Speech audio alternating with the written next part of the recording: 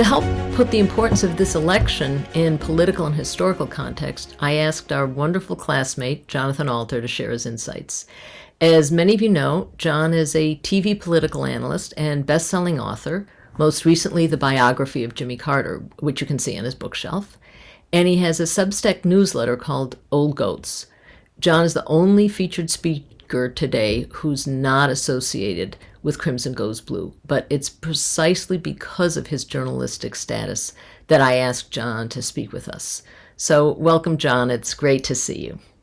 Hi, Nini. Thanks for having me. And I'm sorry I can't contribute. NBC News rules prevent that, although, as you can tell on MSNBC, they don't prevent us from advocating for Democrats. Okay. Well, great. Well, let's dive into the questions. To what extent do you think this election could create a serious threat to U.S. democracy?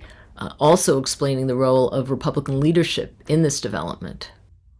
The real reason that this election is so critical is it's a prelude to 2024, which will be one of the most important elections in American history. And if the wrong people have their hands on the machinery of voting on elections, they will rig it in 2024, and they simply won't certify the elections in states that the Democrat has won in 2024. Then the election goes to the House of Representatives, where under the Constitution, each state only gets one vote. That means the Republican will for sure win in the House, because there are more Republican states than Democratic states right now, and that's not about to change. So it's vitally important to protect democracy, that in this election, we don't have election deniers who are put in office. And unfortunately, the Republican leadership, even seemingly enlightened people, are supporting these election deniers. So for instance, Glenn Youngkin, the governor of Virginia, who, put some distance between himself and Trump, he just went out and campaigned for Kari Lake in Arizona, who's a horrible enemy of democracy, authoritarian who's trying to get elected governor. So is it fair to say that in this election, voting for Democrats in key races is basically a nonpartisan issue? In other words, that people who want to protect our democracy, regardless of where they fall on the political spectrum, should be voting for Democrats? Yeah, this is one of those really rare cases in a democratic society where you have to just set aside all the other issues, and whether you agree or disagree on taxes or budgets or whatever is not what's relevant right now. And if you don't want to take it from me, listen to people like Bill Kristol or George Will or my friend Stuart Stevens, who was Romney's campaign manager, or the people I know who ran McCain's campaign. They are all urging people to vote Democratic up and down the line, because for your local election board, you need to vote Democratic too, and especially for some of these races for Secretary of State, which have been horribly neglected. I would just really urge people to focus on those races for Secretary of State, because those people can do a lot of damage, and they're in key battleground states. They have a chance of winning and then not respecting the will of the voters. And what recommendations, if any, do you have for steps our classmates can take in this election cycle to protect democracy?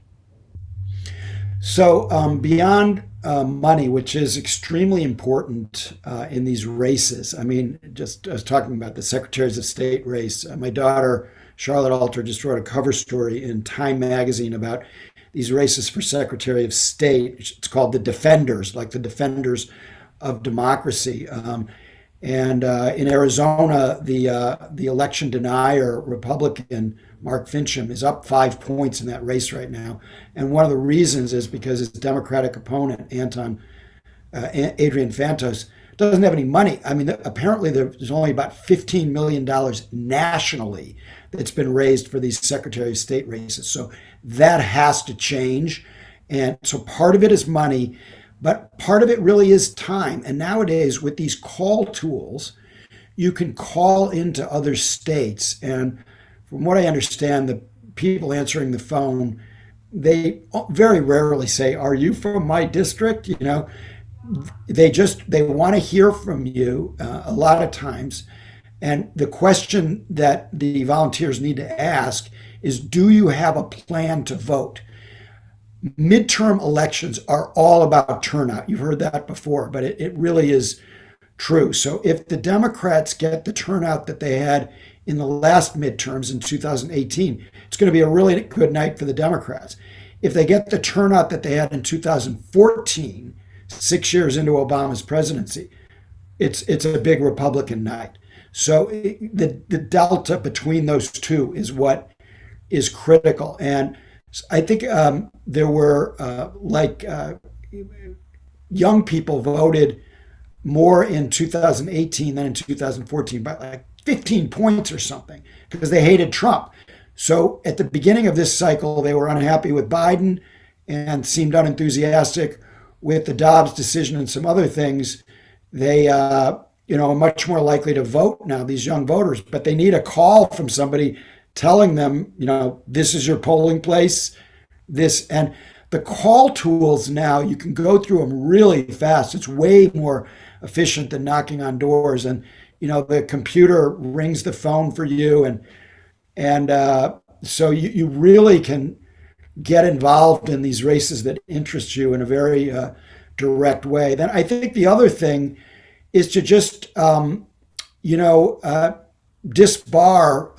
petition to, if you're a lawyer, to disbar or have the law license suspended of people like Giuliani. His license has been suspended, but you have lawyers in a number of states who, after all of the appeals were exhausted on December 15th, after the Electoral College had met, they're still like pushing fake electors and doing things that are, really terrible for our democracy. And so we need the lawyers to push back against that. And then I also think we need the Republicans out there to join with these, these never Trump pro-democracy Republicans. And there are groups that you can join because when you speak to other Republicans, that's what has the power. If a Democrat is talking to a Republican, it's not that persuasive. Is there anything else you care to share with our classmates about the upcoming election and the future of our democracy? Well, I think sometimes, when history is happening and when you're in the midst of a crisis, and I think it's proper to call this a democracy crisis. I think historians will look back at this when we get through it, which I think we will eventually, as a crisis. It's important to think about it broadly. So the other night I was talking to a group of financial writers in New York, and I was making the argument that if this goes the wrong way, not this fall, but in 2024, and democracy basically ends in the United States, it is terrible for the American economy. Terrible, terrible, terrible. And the rule of law, the consistency of our system, the fact that we don't have crony capitalism, and that we have until this last election the peaceful transfer of power, the stability that brings is vitally important for markets. So there's a self-interested way beyond patriotism and belief in democracy. There's a self-interested part of this that people should understand, and we can't prosper as a what Biden I think rightly called a semi-fascist country. It won't work for us. It could with some countries with different traditions like China, but for us, it just can't work, and it would also destroy the country that we love. So the stakes are immense, and I think everybody knows those stakes are big in 2024, but they don't realize how big they are in 2022 because if it's not like they can pass a lot of terrible legislation because Biden can veto it, but they can continue, they can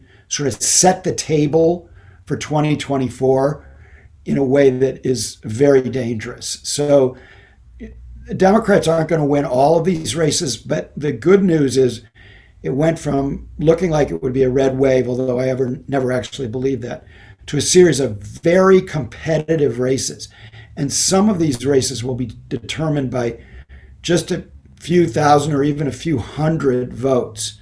And so in some cases, you really, the work that you do, it may be that the House, for instance, is only determined by one seat. It could be that close. It could go a lot, in the Republican direction. If the Democrats hold the House, it'll be very, very narrow. And the Senate, we know it's 50-50. We know it's going to be very close there. Many of these races are within the margin of error. So there's a lot of work to be done. It's not one of those kind of boring elections where, okay, Nixon's going to beat McGovern. There's not a lot you can do about it. It's not that kind of year. Well, thanks so much for sharing your thoughts. We'll be keeping an eye out in the media for your continuing observations. Bye-bye.